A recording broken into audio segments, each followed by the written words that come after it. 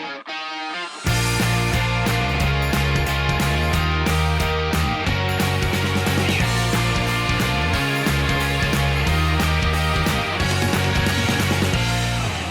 everyone and welcome to episode number 4 of the Kickabout with me, Chris, and this week we've got Dan and Fran with us again. Hi! Hi. So we have got, this is going to be a busy show. We've been trying to keep the shows to roughly an hour, but I feel like tonight's might run over because there's an awful lot to talk about. So we'll get the stuff out of the way. I'm back from Cornwall, as you can tell with the sound of the mic, so I'm not sat in a bedroom in a cottage on the limit of the Wi-Fi trying to do it over Zoom or Skype. So hopefully this will be back to normal from now on. We've also got some new buttons to play with. We've got a soundboard that's coming up, and hopefully over the course of the next few weeks, I'm going to be using lots of sound clips and things from football to illustrate the points we're making. So, right, so let's get into it. So, Dan, let's hear your stat this week. Yes. So, Jamie Vardy became the second oldest Premier League hat-trick scorer at the weekend, at 33 years and 260 days old. But who is the record-holding oldest Premier League hat-trick goal scorer? I think I might know that. Obviously, don't say anything now. We'll go for it at the end. And if you do know, can you also name both the team they were playing for and against? Okay, that might be a stretch. So, okay, yeah, no, I've got an idea. All right, good stuff. Right, let's get on with things then. So we'll start with the Etihad, Man City against Leicester. Quick shout out, who saw this one coming? No, I wouldn't have called that. So I didn't put any bets on. Yeah, I mean, I don't really know where to start with this one. Jamie Vardy, obviously, we'll start with him. 33 years old, showing no signs of letting up. Is there anything this guy? How long can he keep going at this pace? He's a sort of striker that relies on his pace and he's running in behind, but he doesn't really seem to be slowing down. I feel like we had this conversation, didn't we? That he's got I don't think like a season left in him. Yeah, I thought maybe last season would have been sort of it, but he did get injured towards the end. I feel like that is going to be a bit more of a thing. He's going to start to get more and more injuries. Little niggly ones. Yeah, like hamstrings pulling and stuff like that. I think that will be his downfall rather than him like losing his pace. Yeah, I mean, supposedly it was a hip injury. I've not seen any info on how serious it was, but he pulled up and then carried on a bit. Yeah. So hopefully not too serious. Certainly I'm actually saying that West Ham are playing him next week, so I hope he is bloody injured. But a hat-trick. I saw a stat the other day which said that the players that have got the most goals against sides that Pep Guardiola has coached, I believe it was Salah and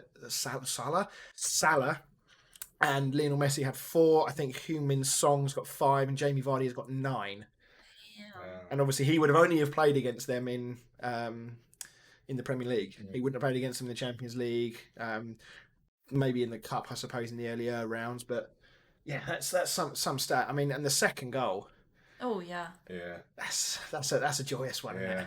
that'll probably be there at the end of the season for goal of the season. That's a contender already. I mean, Leicester obviously look very good. The Man City team have come out and been a little bit sore losers, haven't they? I can't believe that Rodri tried to say that they were lucky. If you lose by 1 goal, you can sort of say, "Oh, they were lucky."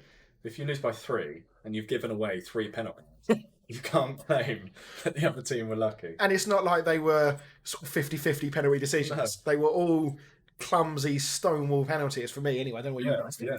Clearly nervous. I think City are nervous as a team. They don't come out like the confident team they used to last Premier League. Liverpool knocked them off their perch a bit, haven't they? Yeah. It was almost like an unbeatable team, and now. I think a lot of teams probably go to Man City knowing that they've got a chance of beating them. Well, I think a few teams now have shown the blueprint on how to do it as well. I mean, Leicester did it. They crowded around the front players. They were 2 against 3 in the middle of the park, but they almost looked like it was the other way round. I thought I'm going to say, do you think it's hindering them not having Aguero and Yeah, they haven't really got an out and out because Sterling, I don't think, can play as that number 9. But then, do they need that, or is it their defence? Well, it's a bit of both, I think. Because all three out of 4 defenders gave away a penalty. Yeah, I mean, I've got the numbers here in terms to their defensive recruitment. So the team that started, obviously Garcia is a product of their academy. Although he looks like he wants out, he doesn't want to sign a new deal. Wants to go to Barcelona. But then you had Kyle Walker was 50 million, Nathan Ake 41, and Mendy was 52. They've today brought in Ruben Diaz from Benfica for 60 million. So on the assumption that he goes in for Garcia, then their entire back line is 200 million. That takes their entire defensive spending under Guardiola to over 400 million. I mean, how deep do we have to go here before they find a defense that works?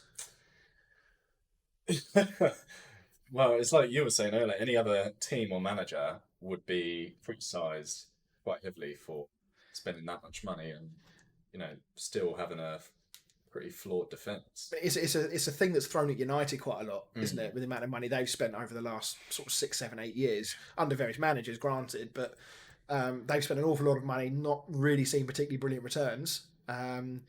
We mentioned earlier that Man City have never been past the quarterfinals of the Champions League.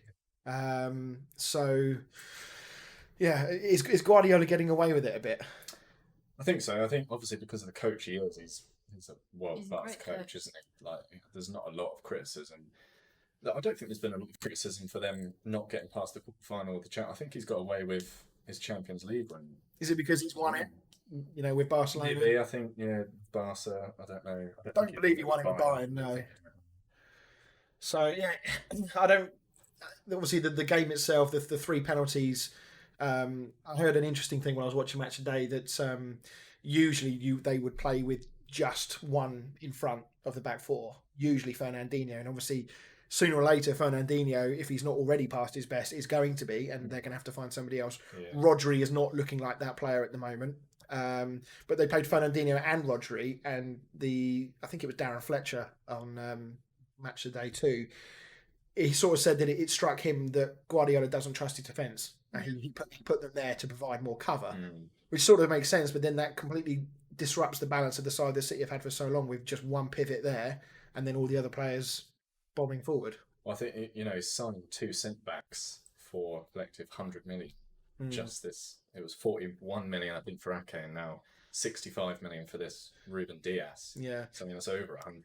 I mean, I suppose you could factor in the fact that Otamendi is going the other way for somewhere around, I think it's 13.7, something like that. So it offsets it a bit, but it's still a lot of spending. And if the defenders you're signing for big money, I know Kyle Walker's not getting any younger. He's been there some years now. But if your defenders are going to continue to defend like that, I mean, it doesn't matter how much money you're going to throw at it. You're going to lose more games than you win if you're going to defend like that. Yeah. So, but I don't. Their defence, but I don't think you can take away tactically from Leicester went there prepared. Yes. For Man City. Yeah, I thought that when they went 1-0 down, they were playing like very defensive. They had sort of every man behind the ball, and then it was just like their tactic was to just try and knock it over the top to Vardy. And I thought it's never going to work. Just trying to keep playing it to Vardy, and they proved me wrong. And he scored 5 goals from it. So yeah, and I felt like they grew in confidence as the game went on as well. I mean, that was definitely the tactic from the outset. Yeah. But I think once they realised that they could actually get at City by actually playing. I mean, if you look at the Vardy second goal, for example, I mean, they kept the ball for, a dozen or so passes, if not more, before, I think it was Castagna, the right back who got in behind and then whipped it across for Vardy. So I think Leicester deserve a lot of praise for that as well. I think as well as Vardy, Harvey Barnes deserves a shout out as well because he had a great game. He started the season really brightly. Do we start thinking about him for a potential England call-up? Maybe. There's quite a few coming through from different teams and stuff. I think Southgate might actually have to start paying a bit more attention to it because especially as players like Dele Alli are slowly disappearing from the England squad. Yeah, obviously we've got two more games coming up with England within the next. It's not next weekend. I think it's the weekend after, from memory, with England. So, based on the last 2 performances we have with England, then they're not doing themselves a huge amount of favours at the moment, the current England squad. So maybe 1 or 2 people in there a bit more hungry might freshen things up. Who knows? So I guess what will Liverpool be thinking right now, watching this City side? City's crumbling. I don't know. I mean, it'd be interesting to see how tonight's result goes because if Arsenal get the result, it's all sort of level again, isn't it? Yeah. On that point, I suppose it's important. We're recording this after the Liverpool-Arsenal game has kicked off about 15 minutes ago. So, again, unfortunately, with the coronavirus and the way the fixture scheduling is that if there are any games on a Monday evening, 9 times out of 10 we're not going to be able to cover them. So it's a shame because that's a potentially big game, big thing to talk about depending on the outcome of the game. Fulham also played earlier against Villa. Villa won very comfortably at 3-0. Just going back one last time to Man City before we move on. Guardiola's the first time he's conceded 5 goals in 686 games. It's 438 games at the Etihad since they last conceded 5 goals. I'm not sure if that's basically since they took over at the Etihad. That must be pre-billionaire money. So they are missing Jesus and Aguero, as you said. That's a little special mention for Liam Delap. Did everyone else get the link? Yeah. I heard the name and I thought, I wonder. Did a little Google and Roy Delap's son. He played in the Carabao Cup. Scored a nice goal. Yeah. Nice goal. Wonder if he got a goal in the game. Yeah, of course, man. Yeah, I wonder if he can throw the ball like his old man. Maybe that's what Man City are missing. Somebody to launch the ball from a throw for 70 yards. So, troubling times for Man City. They'll pull through. I have every faith in Pep. Well, I think one thing they need to be careful of is that last season, I don't know how many games into the season it was, but I'm pretty sure they were about 8 games in, 8 points behind Liverpool or something along that. And of course, over the course of the season, it gradually became bigger and bigger and bigger. City cannot afford to be that far behind early again. Pep's excuse is that with like the fixture list, he's getting all these injuries, this, that, and the other, but everybody else has the same fixture list, and you can't tell me that Man City have a thin squad. No. They've probably got the best squad out of every other team. So the whole I've got to play my youngsters just doesn't really fall for me. He plays his youngsters anyway. I mean, penny for John Stones' thoughts right now, watching a fan like that and still can't get in the side. I mean, what is the future like for him? I mean, we've got, a few days left now until the transfer market ends. 26, 27. He's not that old. I mean, he was young when he went to City. I think, we as England fans, we saw what he was doing at Everton and playing well, and we all thought that Guardiola was going to be the man to really unlock his potential, and it's absolutely not happened. Are they just keeping him because of the English, the quota? Yeah. Is that why he's still there? I suppose it's possible. In many of the same ways, I think that's probably why Joe Hart signed for Tottenham as well. I imagine for the same reason. Yeah. So I don't know. I don't know what the future holds, but City need to be careful. Yeah, like 3 years ago. He's actually playing. And then one final mention for Leicester. They've obviously started the season on fire. They've scored 12 goals in 3 games. Granted that almost half of them were in this game. Yeah, and quite a few of them in penalties. But if City continue to do this, I mean, this is very hypothetical here. If City continue to struggle, Man United are not showing any real signs of form right now, which we'll get onto later. I'm sure you're buzzing for that, Dan. Chelsea also very hit and miss so far.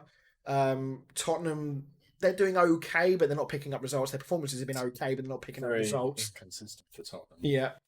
Granted, there was a bit of a something else happened in that game, which we will again get onto later.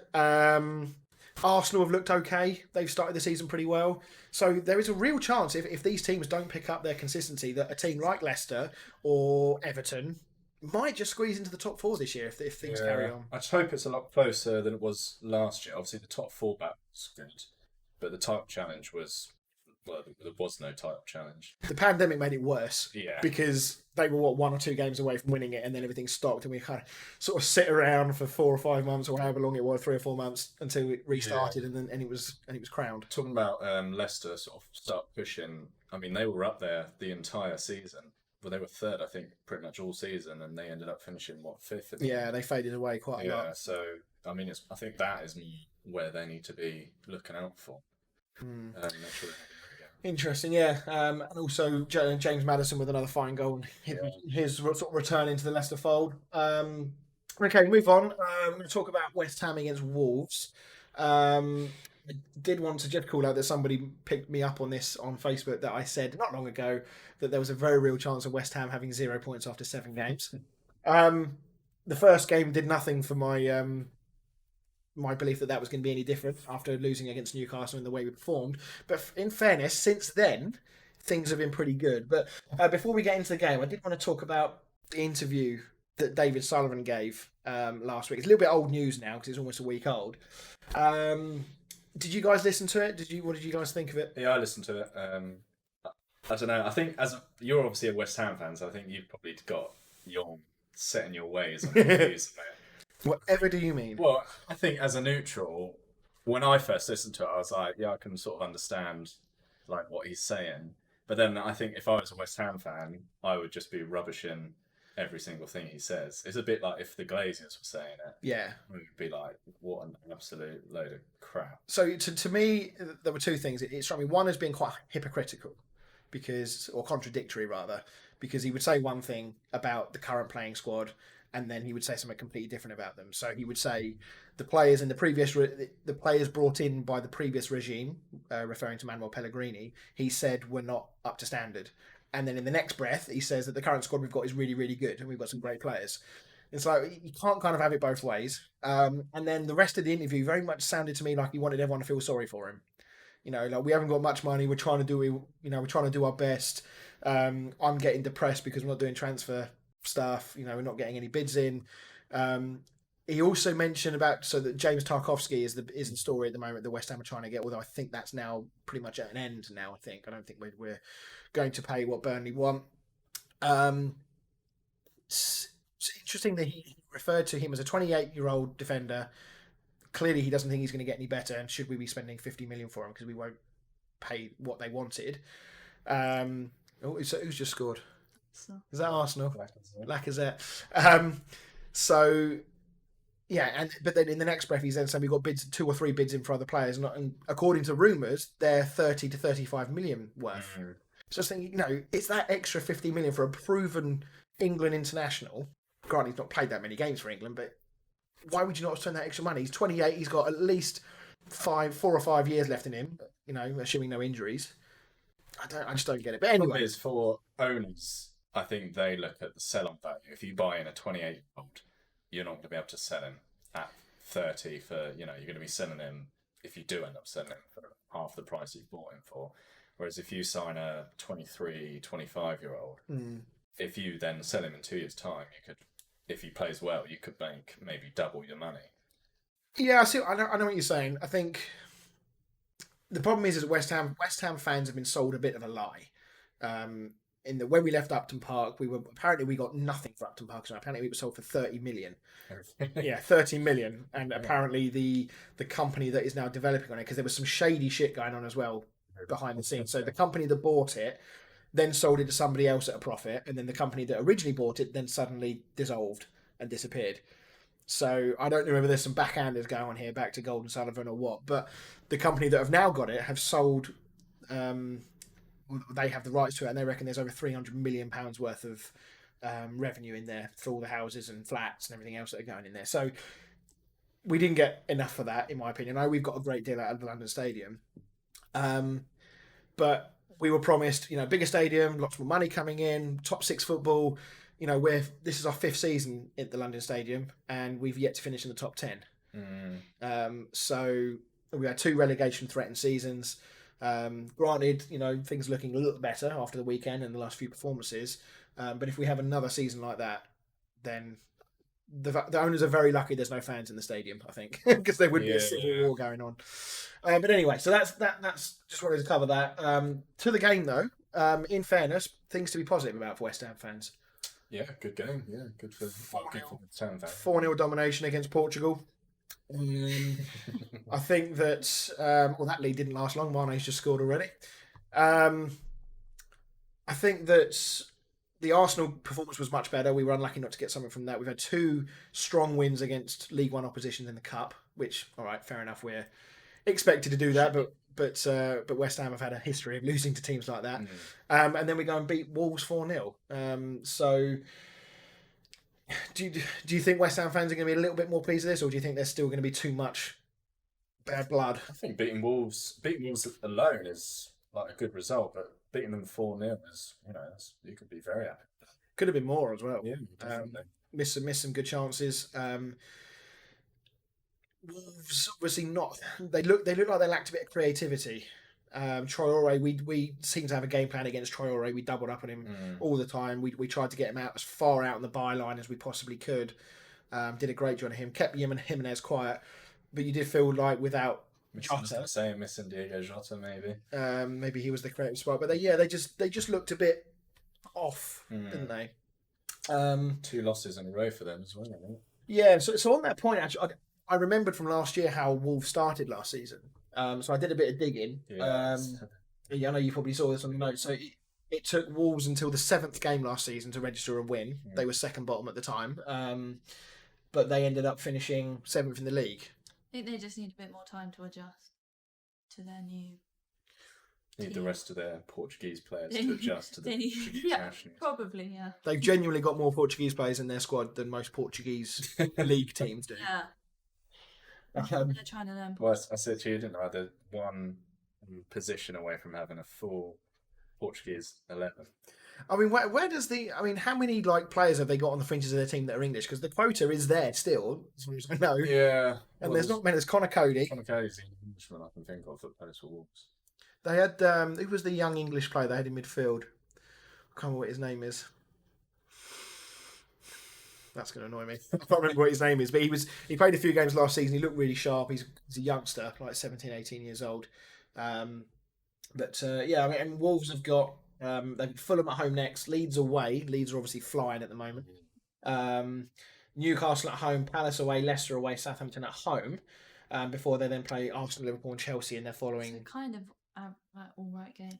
So what I mean is they're games that realistically a team like Wolves should be looking at thinking we should be really picking up at least 3 wins from that lot. Well, Southampton just got their first win, so they could be on a bounce now. Mm-hmm. I mean, aside from Fulham, obviously Palace are flying as well. Fulham are obviously flying, but in the wrong direction. Yeah, that needs to be 3 points for Wolves, you would think. I think Wolves will be okay. I think they will end up top half of the league. Whether they are as strong as last season remains to be seen, but they've got a good coach, so we'll have to sort of see how it goes. Yeah. And then for West Ham, obviously we've got Leicester next. Things to be positive about. I know. Yeah, I think it will. It's at Leicester as well. That'll be a challenge. If you come out with points, then that's obviously something to definitely build upon. So but it is nice. I mean, I know I've been a bit down on West Ham on this podcast over the past few weeks, but in fairness to the team, they've reacted extremely well from that first defeat at Newcastle. Well, I think David Moyes is self-isolating at the moment. I think he needs to stay working from home for the rest of the year. Right, okay, moving on. Let's talk about Brighton against Manchester United, Dan. Let's not. So a narrow victory for United, which is obviously the positive. But despite the 3 points, there's still an awful lot not clicking at United right now. Yeah. Brighton had a great game. Yeah, I mean, I'm glad, the 3 points is great for United. But I feel sorry for Brighton more than anything. They definitely deserved. I'd go and say all 3 points. I think, they hit the bar, I think it's 5 times in the end. Yeah. There's a bit of controversy with the penalty that sort of he gave and then looked at VAR and they decided not to. Although that Connolly spent more time on the floor than he did on his feet. Yeah. There must have been a strong crosswind coming off the ceiling at Brighton. But yeah, Brighton played really well. I don't know what Morpé's doing, sticking his arm up in the air like that at the end of the game. Yeah, I mean, he obviously scored the Panenka penalty. I was listening to it on the radio on the way back from Cornwall last weekend, and it seemed like everyone on the radio was convinced that everyone was claiming that they thought the ball had gone over the line. Yeah, well, I thought everyone was claiming it was handball from the guy that headed it off the line, and I was sat there there's not a chance that's handball. And then when you see it, obviously, with the replays and all that, I just thought, what's he doing? Yeah. I mean, obviously, we'll talk about the penalty. If you look on the rules, if you look at the interpretation of them, I think the right decision was made, but it's just, are we at a point in football? I mean, we'll get onto the rulings, especially with handball and stuff later, but is this good for the game? That sort of thing. Well, I think that is an example of it working. Mm-hmm. Because, his arm he's clearly tried to handball it. He's put his arm above his head. He's clenched his fist. He's trying to block it. Yeah. without VAR, he's getting away with that. Yeah, And the game ends 2-2. that's very true. I mean, it's very easy to see it from United's point of view. Sorry, from Brighton's point of view, that they feel hard done by because the final whistle's gone and then they come back. But equally, if you flip it around on the other side, if that's an England game, and we're in, I mean, let's go back to the '86 with Maradona. Yeah. You know, if something like that was to happen now and VAR corrects it, everyone thinks VAR is the best thing ever. Yeah, but that is like I said, that's VAR being used correctly, and that's common sense. Like, you know, it's clearly handball. I know we're going to talk about it later, but they're the kind of decisions that, like, you can sort of say, yes, VAR is working. And then some of the other decisions that happened at the weekend are when you can see VAR is clearly not working. But going all the way back to what you said about United clicking, I just don't see. I feel like they go out there with one tactic, and when it doesn't work, they have no idea what to do. What would you say morale would be like at Man United right now? Because as a fan, you're saying that you feel a bit embarrassed that you guys got the 3 points. Well, it's embarrassing for me that we've been linked with every player under the sun, and we've signed one of them. And that was one that just came out of nowhere. I was going to say that you weren't actually linked with that player. It was literally like Donny van der Beek's having his medical. Donny van der Beek signed. We've been linked with Sancho since like 2010. That's what it feels like. Yeah, I look at that Man United back line, and if you look at them individually, you know, you think they've got actually a very good back line individually. Luke Shaw's not a bad player. Wan-Bissaka, I think the only problem I find with him is that he reminds me of Jamie Carragher. The reason I say that is Jamie Carragher used to be known for his, what they say, recovery tackles, because he was always like last gasp defensive challenge to save the day. But then the flip side of that is, well, you know, deal with the danger before it gets that far. And I feel like Wan-Bissaka's a little bit like that. Yeah, he's very good one-on-one. Like, I think Wan-Bissaka's probably someone that attackers don't want to go up against because there's just no getting past him. But tactically, defensively, and for the second goal of Brighton's, there's just no one around the attacker. Wan-Bissaka's wandering around. Bruno Fernandes isn't tracking back. And it's just poor. Defensive. None of them were like watching. No, and then Pogba looks completely unfit. He doesn't look up to it at all. No, he's gone back into that sort of sulk mode. That's not the right way to put it, but you know what I mean. That's He is sulk. Well, he wants to play 90 minutes. He wants to be the talisman. He wants to be the game winner. But he's had so many chances to be that person. I think people are just fed up. Not just United fans, but I think most fans are just As we learned last week, 2016. So on another day, United lose this one comfortably. They've got away with it on this occasion. Obviously, as you said, Brighton hit the woodwork about 200 times. Do we want to have a quick moment about Neil Maupay? I know we've spoken about the handball, but given what happened earlier with the celebration. Doing the crying celebration and he's practically crying. I'm telling you, that is why you don't do shit like that, because it comes back and bites you. Karma is a beautiful thing sometimes. Danny Murphy on the radio said that he doesn't think that Bruno Fernandes and Pogba can play in the same team. What do you guys think? I disagree. I think those few games after lockdown, I think they were sort of two of the best midfielders. And maybe I am being biased. You can, tell me if I'm wrong, but I thought they linked up really well. They look like they've been playing together for years. I think it's a mixture at the moment of the whole team is just not fit. Yeah. They're not clicking at all. They don't look like a team. No, I mean, Bruno Fernandes obviously isn't quite up to what he was at the end of last season. But is that because he's carrying Pogba essentially? Yeah, well, yeah. I mean, and I think Matic was probably one of our best players, and I mean, he's sort of past it now. But so where does Van der Beek fit into this team then? Well, that's the problem.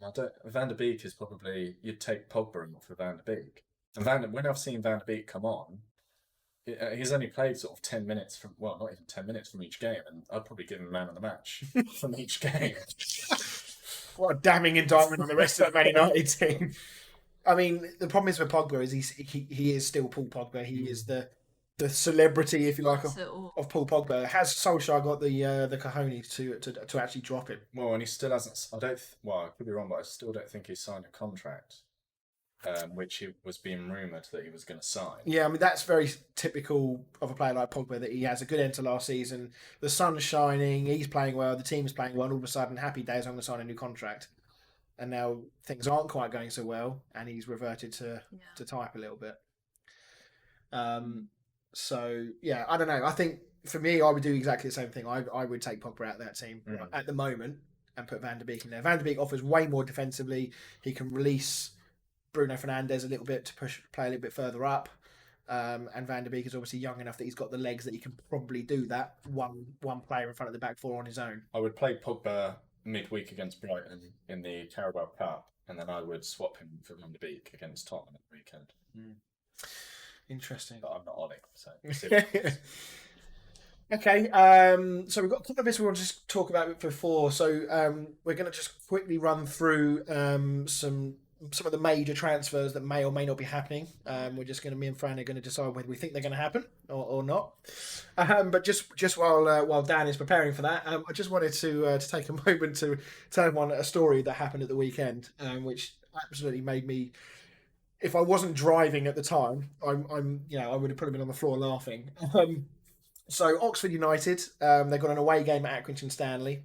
They are preparing to leave before an overzealous employee, shall we say, decides to go a bit crazy with the disinfectant spray, which is 70% proof as a mixture. So the driver gets on the bus. The coach has one of these breathalyzer systems. So basically, he has to breathe into it before the coach will actually fire up and allow him to drive. And because of the amount of the amount of alcohol in the air, as soon as he breathes, it triggers the alarm because it thinks the driver's shit-faced. So the coach then locks itself for 6 hours. So all the players suddenly have to get coach trains and taxis and. We'll jump in a car and go down or whatever. Meanwhile, the coach literally can't move for 6 hours. So it didn't seem to bother them much because they won 4-1 when they got there. But if they still had to pay for the cup.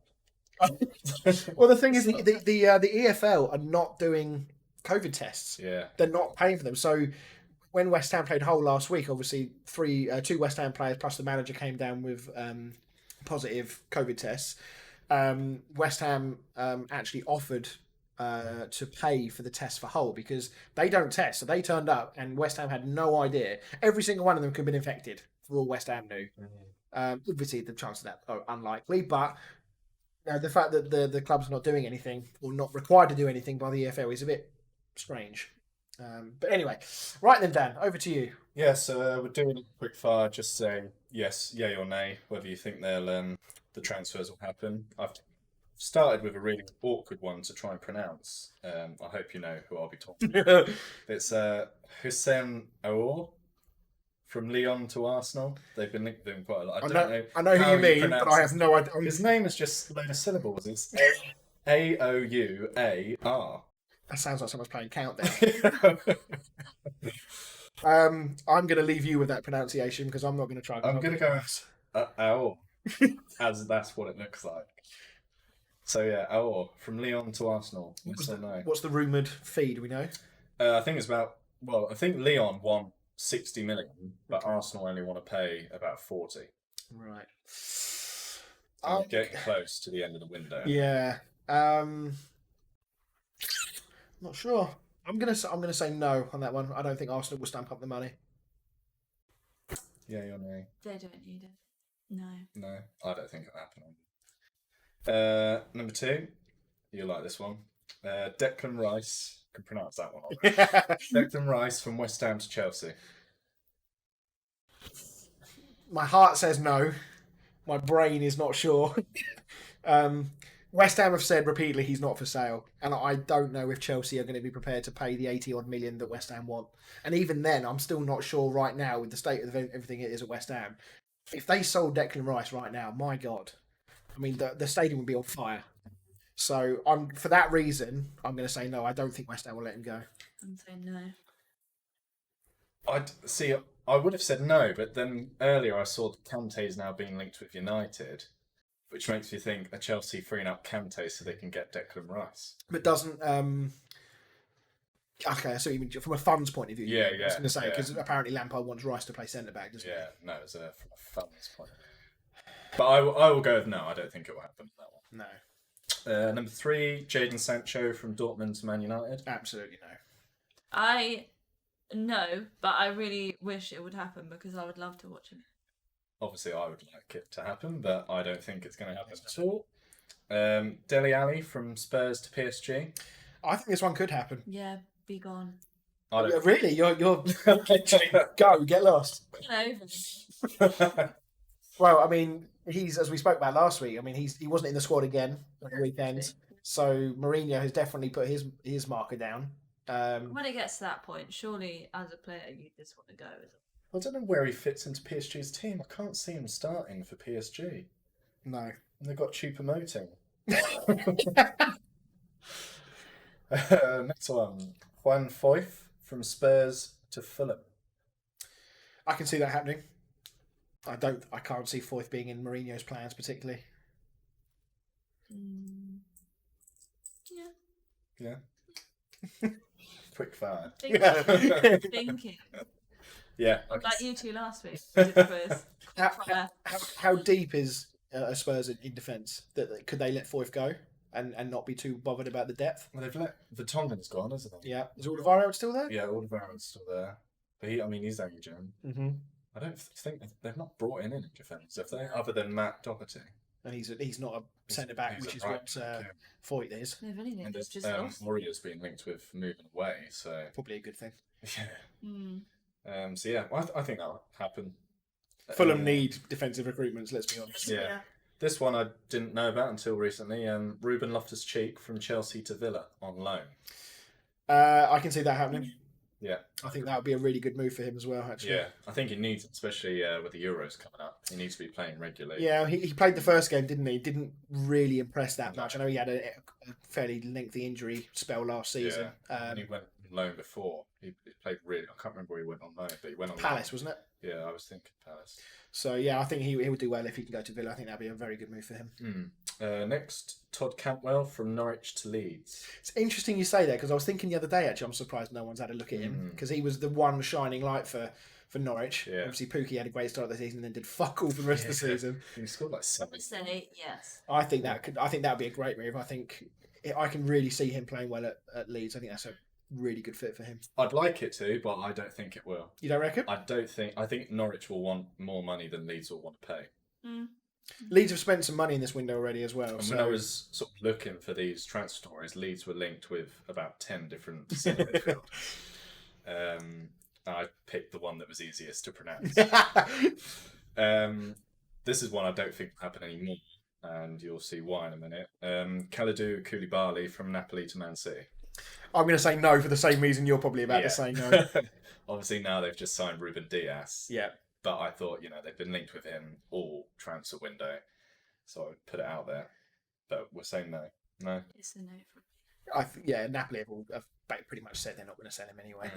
It's too late in the window; they wouldn't be able to replace him. Yeah. This is an interesting one. Rhian Brewster from Liverpool to Crystal Palace. He's apparently very keen on this move, isn't he? About £20 million. But I think Liverpool would want to put a buyback clause in that. Yeah, that's a good shout. He either on loan or with a buyback clause. So did you say to Palace? Did you say? Yeah, to Crystal Palace is. Well, there's Palace, Sheffield United, and one of the other teams. It's like Villa or West Brom or something. I'm going to say no, just because I think Palace have signed enough forward attacking players already. I don't see Brewster. I don't see they need another striker. They've got Eze from QPR. They've signed Batshuayi. They've got Zaha. They've still got Benteke. I know he's rubbish, but he's a decent backup. So I'm not sure that would happen for that reason. I would say yes. I think yes. I think with that buyback clause in there, it's probably something Liverpool would be up for doing because he doesn't really play for Liverpool. I think for him, he needs to go away from Liverpool because he's not going to get a look in. But I don't think that Palace would be the place for him to go. I think he needs to go somewhere where for example, if Danny Ings was to suddenly leave Southampton, I think him going to someone like Southampton, or maybe even with Ings while he's there. Yeah. I know Shea Adams has been playing well, but Yeah. I can see him playing well there as well. And lastly, I'll chuck this one in for you. Go on, then. James Tarkowski from Burnley to West Ham. That's what I mean. As we discussed earlier, that is, I will eat my own hair. And we heard that this is live recorded. I will eat my own hair if that happens. I'm gonna say yes. Just for that reason. I don't think it's happening, so it's a no from me. Okay. Right. Well, thank you very much for that. We will we'll have a roundup of the sort of transfer dealings next week. Once the transfer window has closed, which it closes on what? Monday. Yeah. Okay. So what time on Monday? Probably about 11, I thought. So we'll be Fancy a late morning, everybody. rounding up just before. Right. Okay. Right. We're going to take a quick break. After the break, we're going to talk about Roy Hodgson and Brucey and Jose all getting a little bit hot under the collar. Sorry, under the cover. Pay-per-view stuff right now. They'll get a bit hot under the collar about VAR and handball. Chelsea scrape a point at West Brom. See you in a minute.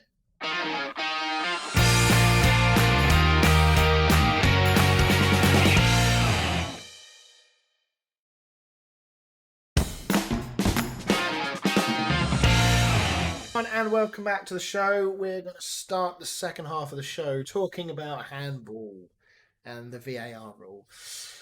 I feel like this is going to be a regular talking point. I don't want it to be, but I feel like it's going to be until something changes. Plenty of managers having their say. We had more incidents at the weekend where this handball rule is being operated in. I suppose before we really delve into this too deeply, I guess it's quite important to say that this is not the fault of VAR, and it's also not the fault of referees. This is the rule that has been handed down. The referees and VAR are actually doing what they're told and are actually implementing this rule as they are being told to do. It's the rule itself that's the problem. So with that being said, Roy Hodgson said it's killing football. Brucey has said that he looked embarrassed after the one at the weekend when they got that late penalty against Tottenham. He said that we've lost the plot with it. Jose Mourinho, he was very typical Jose in that he doesn't like to just say anything because he feels like he's going to get a fine, but he did at least give us half a smile by saying that he wanted to give money to charity, not to the FA, if he was to say something. So, I mean, we'll talk about the penalty first. I mean, as a Spurs fan, what were your feelings after you saw that? No. That's the nuts and bolts of it. I think it's just ridiculous. Like, obviously, from watching the game, Jose or whoever has taught them to keep your hands behind the back all the time, and obviously, I just don't think it was a penalty. I think you'd be hard to find someone that does think that is. Isn't it? What was it? Is it Andre Gray that tweeted that I'm going to have to jump like a salmon? Yeah. I mean, we play football. You cannot jump. In fact, you don't even have to play football to know this. You cannot jump with your arms by your side and expect to have balance when you land and when you're in the air. You have to have your arms up. Yeah, and to get high. You need your arms to get up to get the ball. Exactly. Yeah, arms are part of that sort of jumping motion. But it'd be one thing if Carroll was stood in front of him and headed it down at him, but to be stood behind him and header it like at the back of his arm. Yeah. What was he supposed to do? He doesn't even know where the ball is. No, and I think he also gets a little nudge from Callum Wilson as well. So I think that probably makes his arms flail around a little bit more than they would have otherwise done. But it did seem like a very deliberate tactic from Newcastle as well. So when they brought Carroll on, I mean, when I watched the highlights, it seemed like there were 2 or 3 other occasions where headers were coming in from Carroll, shots were coming in, and Newcastle were just screaming for handball every single time in the hope that because of this new ridiculous rule, that they would get lucky. And they did. Well, I can't remember which manager it was, or even if it was one of the commentators, but saying that, people are just going to start trying to kick it at people's hands to try and win a penalty. Well, in effect, that's what Jordan Ayew did against United. The first game of the season, he flicked it up onto Lindelof's fist, basically, who was effectively had his arms out because he was doing sort of the shadowing, showing them down the line. Or Ayew flicks the ball up, it hits him in the fist, and he gets a penalty for it. So, Yeah, I don't really get it. One thing we're going to do quickly, I just want to play a clip. It's about a minute long of Simon Jordan, who is a host on, or one of the guest hosts on TalkSport, who's talking about all this. Have a listen to this and see what you think. What's happening is the game is adapting to the tech rather than the tech adapting to the game. The fact that linesmen can't put their flags up anymore because it will interrupt a passage of play that VAR might supersede is ludicrous, because we're now saying the game's rules have got to adapt to the tech that was designed to enhance. Now, at the centre of the need for tech was media scrutiny, not because the media are wrong, but because the broadcasters now have driven the level of understanding or scrutiny on every single decision to such a level they can see it from every single angle, that the tech was needing to be brought in to give these referees. It wasn't so long ago, I forget the referee that made a decision that was absolutely lambasted and pillared about 18 months ago, getting death threats after a game because his performance was not good enough, deemed not good enough by fans and media. So we've created this culture. Managers have created a culture as well by endlessly complaining that tech comes in to support the idea that there's no jumpers for goalposts and we don't make mistakes You're right, anymore. the tech's now driving the game. Now the tech's driving the game. Yes, and it's you're right. wrong. Strong words.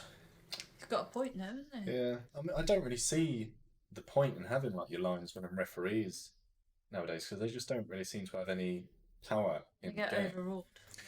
I mean, I totally agree with what he's just said. I think that it wasn't so long ago, probably even as far back as the England-Germany game in the 2010 World Cup, whenever was it then? I can't remember when it was, 2012 maybe, whenever it was. And everybody was crying out for VAR. They were saying, get the referees help, get them the assistance they need to get these decisions right, and this is what we need. And he's absolutely right. We've created this pressure on the footballing governing bodies. They have given in. They've given us effectively what we wanted, but they've now gone beyond what I think the fans wanted. And we're now in a situation now where we're giving penalties for ridiculous things. I think VAR, you get the good examples where VAR works brilliantly. Incorrect red card decisions. You had the one that you were talking about with the Man United Brighton at the weekend, which again corrected. I'm going to start that again correctly. Thank you. And that's where VAR can work. I don't think it needs to be brought in at the level it is right now. No, it's just, I don't see why they can't ask the fans what they want. Like, why it seems to be people that sit up in office buildings all day making up these rules. Because I don't think VAR is so much the problem. I think it's the rules. Yeah, I agree. And there's a guy called David Ellery who is an ex-Premier League referee. And he is currently sitting on, I think it's FIFA. He's sitting with like Pierluigi Collina, the ex-Italian referee, very good referee in his day, and all the other people at FIFA. And at the end of every season, again, I heard this on the radio, at the end of every season, they talk about what rules they want to change and what rules they want to bring in. Now, usually there's only like 7 or 8 each year, but since David Ellery's been there 4 years, supposedly there's been over 200 rule changes in football. Now, granted, some of them will be really, really minor and make absolutely no difference. That's fine, but there are obviously some very big ones, this one included. And this has all come now because FIFA want the handball rule to be exactly the same across the board. So European clubs have already been suffering with this, and we've got a stat for this. So those of you that watch a match today would have seen it. So there were 48 penalties in La Liga last season given for handball, and 57 Serie A last season. So that's where we're heading. In the first 3 weeks of this season, we've had 20 penalties in 26 games, 6 of which have been given for handball. In the same period of last season, there were 8 penalties, but 0 given for handball. And just to further illustrate this, so the last 5 seasons in the Premier League, there have been one season, 2016, 2017, where we had the highest amount of penalties and handballs. There was 18 handballs with 106 penalties. At the current rate that we are going on right now, with 380 games across the season, there will be 292 penalties, and 88 of them will be given for handball at the current rate that we're going. Now, obviously, there's a lot riding on that. It does seem crazy that we'll go that far, but What would happen if it got to the point where it was quite obvious that players were just kicking a ball at someone's hand? Well, that's the I thing. don't think we're far away from that. I mean, Well- that is no different to players starting to dive. Yeah. It's exactly the same But- thing, because diving was never a thing as far as I know, back in the day. But as soon as players start to realise that if they went, if they felt a nudge, they went down, the referee would give a penalty because diving wasn't really a thing. And then diving started to get scrutiny, and then they brought in yellow cards for diving. That's what they're going to do. Well, that's what I mean. This is another players are going to start kicking at people's hands because they know they're getting rewarded. It's almost like a dive. Yeah, I mean, footballers and football teams is a highly competitive thing. You give them an inch, they'll take a yard. So any advantage they can find, they're going to take it and they're going to look to exploit it. But for this, it just looks like it's being handed to them on a silver platter at the moment. So I like that this season the referees are going and looking at the monitors. I think that's good because there's been a few red cards that have been overturned, and the goal for United against Brighton, the referee's gone over, had a look, and then he's made the decision, and I think, and then the referee has made the decision. It's not people looking at a computer screen miles off. Yeah, the referee has made that decision. But it's just like I say, it's more the rules that I see what they've done. There was a grey area where you could say what's deliberate handball, what's not deliberate handball. So they've gone anything that hits a hand, it's handball. But it just doesn't work like that. Exactly. I think there were certain people, Gary Lineker being one, who a few years ago actually was calling for this. He said, let's make it black and white. If it hits the hand, it's a penalty. And now we're at that stage. Now all of a sudden, oh shit, this don't work. And I don't know about you, but I feel like referees. Do you think referees are looking when they go over to their little VAR boards? They're human beings. They must understand football. They must know the rules and everything else, which is why they give it. But do you think they look at it and go, fuck, I've got to give this. I've got to give this as a penalty. This isn't a penalty, but I've got to give it. I don't know who the referee was. Do you know who the referee was? No. From Tottenham? I think if you were to ask him, in the pub, do you think that was handball? I'd be amazed if he said, yeah. Yeah. I mean, I've been looking around on social media and looking at comments on posts for various things, and there's been the odd one. I'm fairly sure they're just trolls. Throwing out a fishing line looking for a nibble. And I do love a nibble on Facebook. As you saw with my argument I had with the West Ham fan after the weekend's game. But I was seeing so little. Usually most things on social media, you normally get plenty of voices from one side and plenty from another. But this one was so one-sided. I can't see this going on. I really can't. Can they change the rule partway through the season? Well, there is a governing body over here.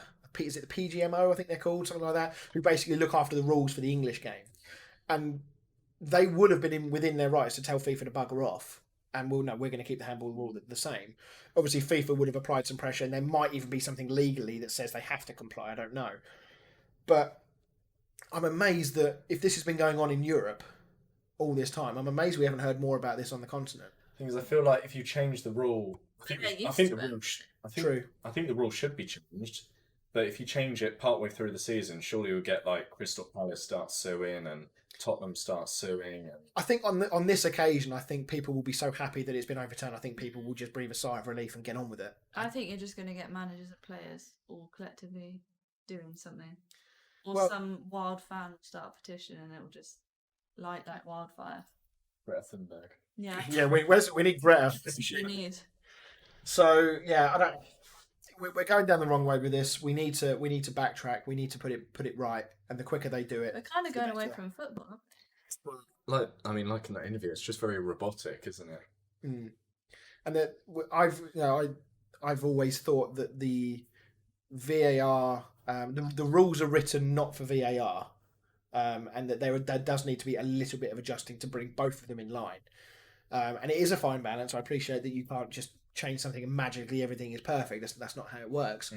But I think when you see something that's as wrong as this, you have to correct it. I don't think we can do a season with this. No, but it's like with talking about VARs with goals being scored. You're sort of you don't celebrate when a goal goes in anymore because you've got to wait 30 seconds to a minute to find out whether it counts or not, and then you don't really feel like celebrating a minute after the goal's gone in.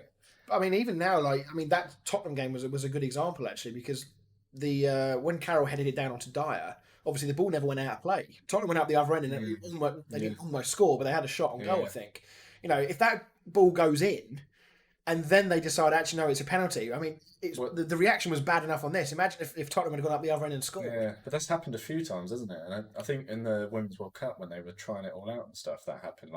One team thought they had a penalty, the other team's gone and scored, and then it gets cancelled out and it's actually a penalty.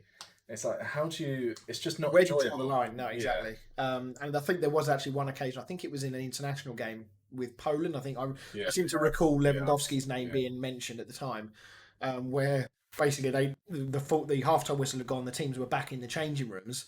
The referees then had a look at the VAR board and decided there was a penalty, and he's brought them both teams back out from their half-time break to come on and take the penalty, and then go back in the changing room for half-time again. It's and that was during the trial phase for VAR, so it's really good to know they've learned their lessons. So yeah, I don't know. It's going to be very interesting. A lot of the pundits seem to think that there's going to be things happening very, very quickly on this. I do hope they're right, because this can't go on, because this is going to happen every single weekend on multiple occasions every weekend. Yeah, well, I think we've talked about it every weekend so far. Yeah, and I'm sure our listeners don't want us to be talking about this every single week. So yeah, we'll keep our ears very much to the ground this week, and hopefully things will change. Final topic we're going to talk about before we get on to this week's quiz is West Brom against Chelsea. How lovely the Chelsea kit is. It's not. It's just lovely. So we're very impartial here on this show. I think the Chelsea kit is shit. Fran loves it. Dan, you're on the fence. In the middle. If it was a bit more red and less pink, I would quite like it. Genuinely, when the match started, I was like, "Oh, lovely kit." It looks like a Crystal Palace kit, but they were like, "Well, we can't have exactly the same, so we'll just make it a bit pinker." I like the Crystal Palace kits.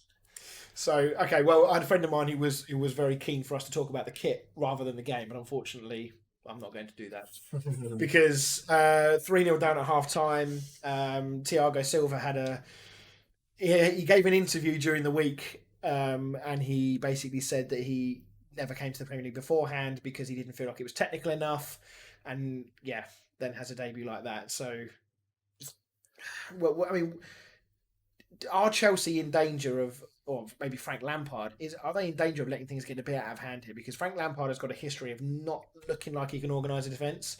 He wasn't great at Derby with it. They were really great on the eye, weren't great defensively. Well, the three goals were only three shots on target, weren't they? That West Brom had, and basically all came from defensive errors. Kepa got dropped. Yeah. Interesting. So Mendy has now signed, but Caballero was in goal for this game. I'm assuming Mendy probably hadn't completed everything that he needs to be in the squad. There was talk today about, has Kepa played his last game for Chelsea? As I say, it'd be interesting to see which one of them leaves, if any leave, because you can't have all three of those goalkeepers at the club, can you? And try and keep them all happy. Caballero will be by far the easier to keep happy. As a number two. Yeah. I don't know whether, despite how bad he's been for Chelsea, which has obviously been well documented and we've talked about it, I don't know whether you can seriously have a £75 million goalkeeper sat on your bench as your number two. But I mean, no one's going to be paying $75 million to Chelsea. I mean, they'd probably be lucky to get $30 million with the form he's been in. So I mean, do you just cut your losses, or? I don't know. You said earlier that Roma have been touted with an interest. Yeah, well, he's been linked with a loan already.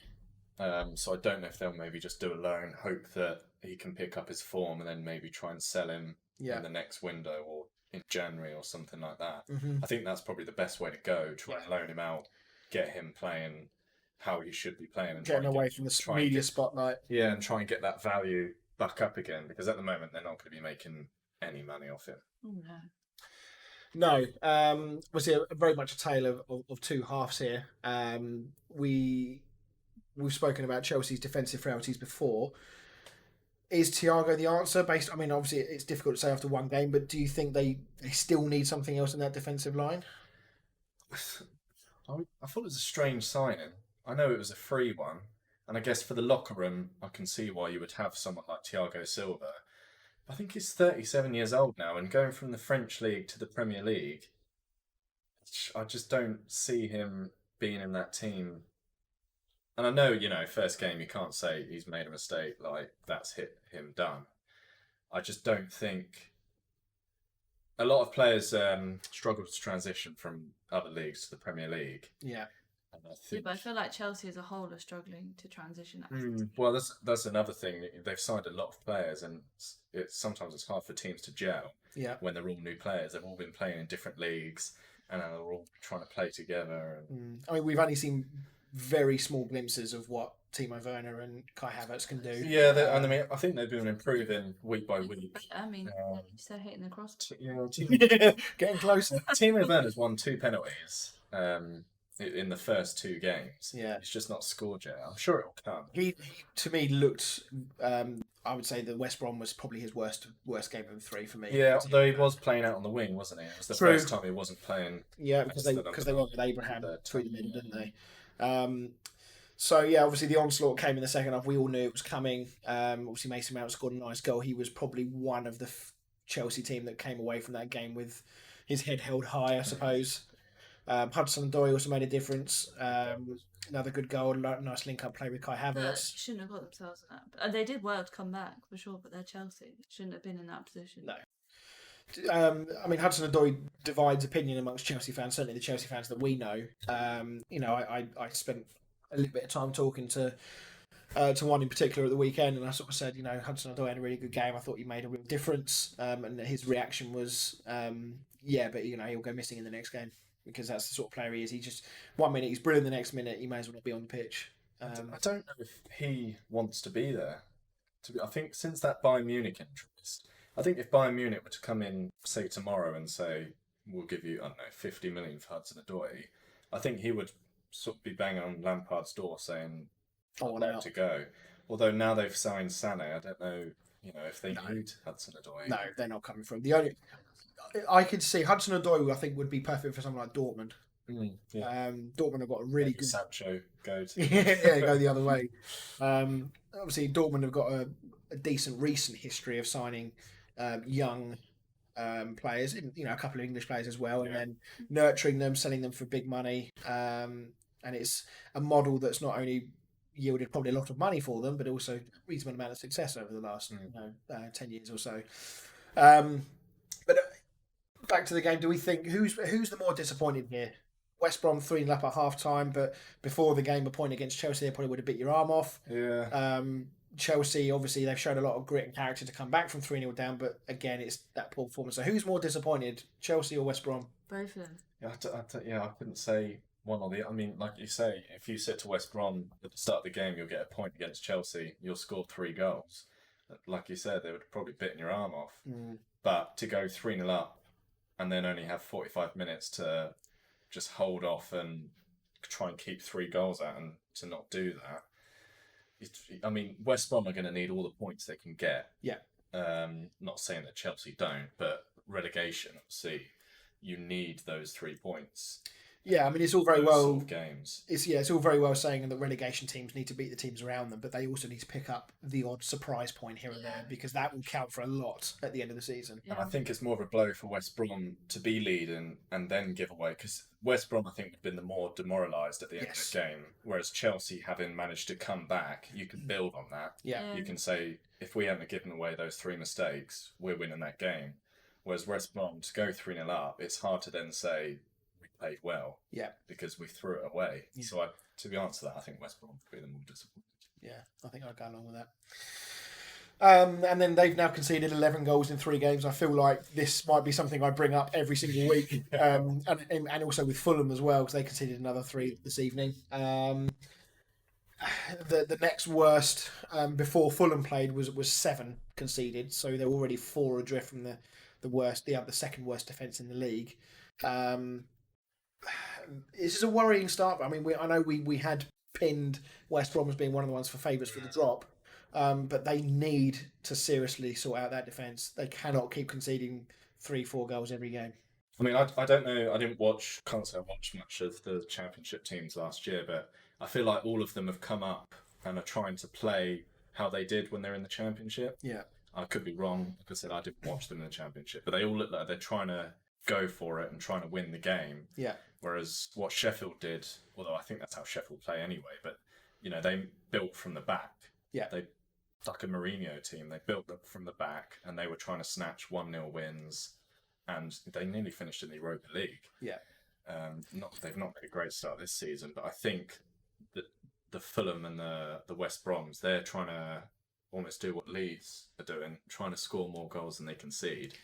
Yeah, it's kind of ironic that West Brom, they've conceded 11, and actually when you looked on paper at the start of the season, you think, well, they got Arsenal and Chelsea first 3 games and Leeds in the middle. You think, right, Arsenal and Chelsea, keep it tight. If you can get away with a 1 or a 2-0 defeat, fine, move on.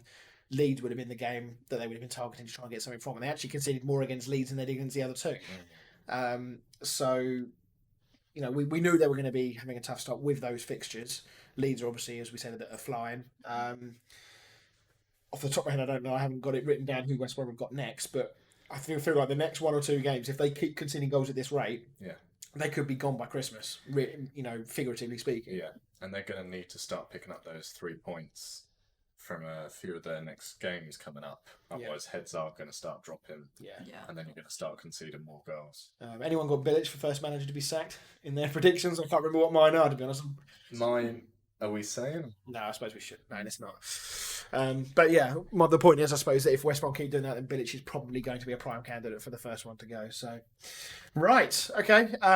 Let's move on then. So let's go back to your stat from earlier, Dan. Do you want to just remind us what it was? So Jamie Vardy became the second oldest Premier League hat-trick scorer at 33 years and 260 days old against Man City yesterday. But who is the record-holding oldest Premier League hat-trick goal scorer? So there's 2 in my mind, actually. One is Andy Cole. Right. The other one's Teddy Sheringham. Which one are you going to pick? I think I'm going to go with Teddy Sheringham because I'm pretty sure he played longer into his career than Andy Cole did in the Premier League. Is that who you're going with? And you said club, right? Yeah, so you're right, it's Teddy Sheringham. Was it Spurs? No. United? No, a bit closer to home. A bit closer to home. Oh, Pompey? Yeah. Was it? For Portsmouth against Bolton Wanderers. Ah, there we go. Does that count as a point for the quiz that we're having? Yeah, you did well. Yeah. Well, you're not having that against me. Right, so next exciting bit of news. I promised you a jingle last week, Fran. Stop it. You ready? You ready for this? Yes. I paid money for this as well. We're going to play catchphrase. I paid actual money. You never know when we could be catchphrase. I would like. Right. Over to you, Fran. Welcome back to Football with Fran. So, this week, if you could cast your minds back, not as far as 2016, we've gone 2018. Okay. Specifically, the FA Cup final. Okay. Is that City Watford? No, that was last year. Chelsea United. Chelsea and United. Okay. Correct.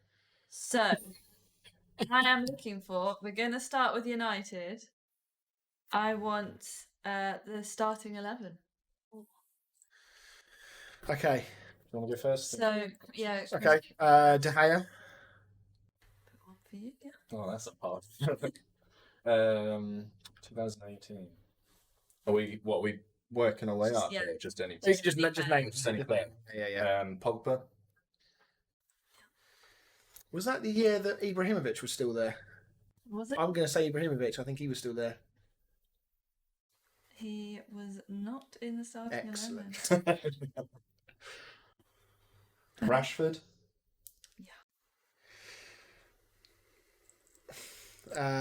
Mata. Oh, yeah, was he? He was not in the Oh, for starting fuck's 11. sake. Sorry, Chris. Luke Shaw.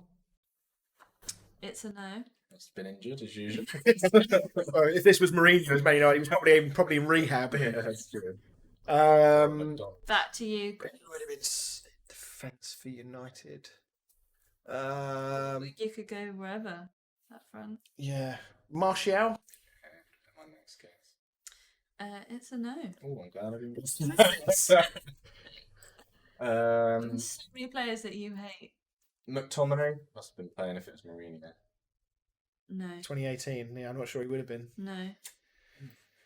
Nemanja Matic. Yes. What are we at? Is that 2-all? 2-all. It's in. It's getting towards. Ashley Young. 100% yes. So he probably would have been left back, wouldn't he? He would have been at the time. Who the frick was playing? I know who's right. 3, 2, Yeah, countdown, please. 1. Yeah, I've got nothing. Antonio Valencia. Very much This isn't fair. Right, next week we're having a West Ham question. Who else would have been in midfield? Who would have been on the wing? Why not? Who's midfield? I think I'm running out of ideas here. 3, 2. No, What? I've got nothing. Lingardinho. God, yes. That wasn't his answer. That's not a point. If you've run out, we'll move on to the Chelsea team. How many have we named? How many of the first team have we named? It's got 7. 7. still those. I don't think they've done any of the centre. No, I'm trying to think who would have been playing centre back for him. Come on. The worst 2 in the world. Yeah, I was thinking. Oh, Smalling. Yeah. And Phil Jones. What a centre. Chris, back to you. So what? There's one That's left. 9. That was at 9. So it's one winger and one midfielder then. Is it a winger or striker? There's no Martial. That's the point. Who's playing for him? Who was that? Who was up front for United in 2018? I'm going to say no. I don't know. I'm going to bank on knowing more Chelsea players. Falcao? Absolutely not. Right, we'll move on. The missing ones were Herrera And Herrera. and Alexis Sanchez. Oh, wow. That Must have been- been one of his 6. Yeah. Right, Chelsea. Chris, you can start. Okay, Chelsea, I will go with Antonio Rudiger. Yeah. I can't remember who they haven't got. Oh, you know who. Is it? I don't know how long he's been there. Christensen. No. Marcus Alonso. Yeah. Bringing it back here, Dan. Azpilicueta. Yeah. N'Golo Kante. Yeah. Willian. Tell you what, this is a better showing from us this week. Last week No. wasn't good. Double check. Trust me, I am. Who else would Up be? front, come on. I think I know. You both know. Don't tell him. No. I'm trying to think. 2 years ago, was he still there? I don't think he was. I'm going to say Diego Costa, but I don't think it is. Absolutely I was going to say Olivier Giroud. not. Fuck. Yeah. I mean, you're still missing a main Chelsea player from 2018. 6. Yeah, but a well-known one. Even- Hazard. yeah. Yeah, good shout. Goalkeeper. I'm trying to see. I don't think Kepa was then. No. When we signed him last year. Throwing out captain. Who did they have in goal before Kepa? I can't think either. Who was in goal? Joe, and that would be screaming. Yeah, Joe Moore will be reading them all off. Dan, 3. Loftus Cheek. Not goal, obviously. Weirdly, no. Chris? Who To you. was in goal for them? You're going to say the goalie and it's going to kill me. I'm going to go somewhere else on the pitch. I'm going to say midfield. Did we say Willian? Yeah. We did. Okay, and it wasn't Guess him. him again if you No, I'm gone brain dead. 3. No, 2. nothing from me. Dan, back to you. We're currently, for the Chelsea team, we're at 4-2 to Chris. What's the overall scores? The overall scores I will work out in a second.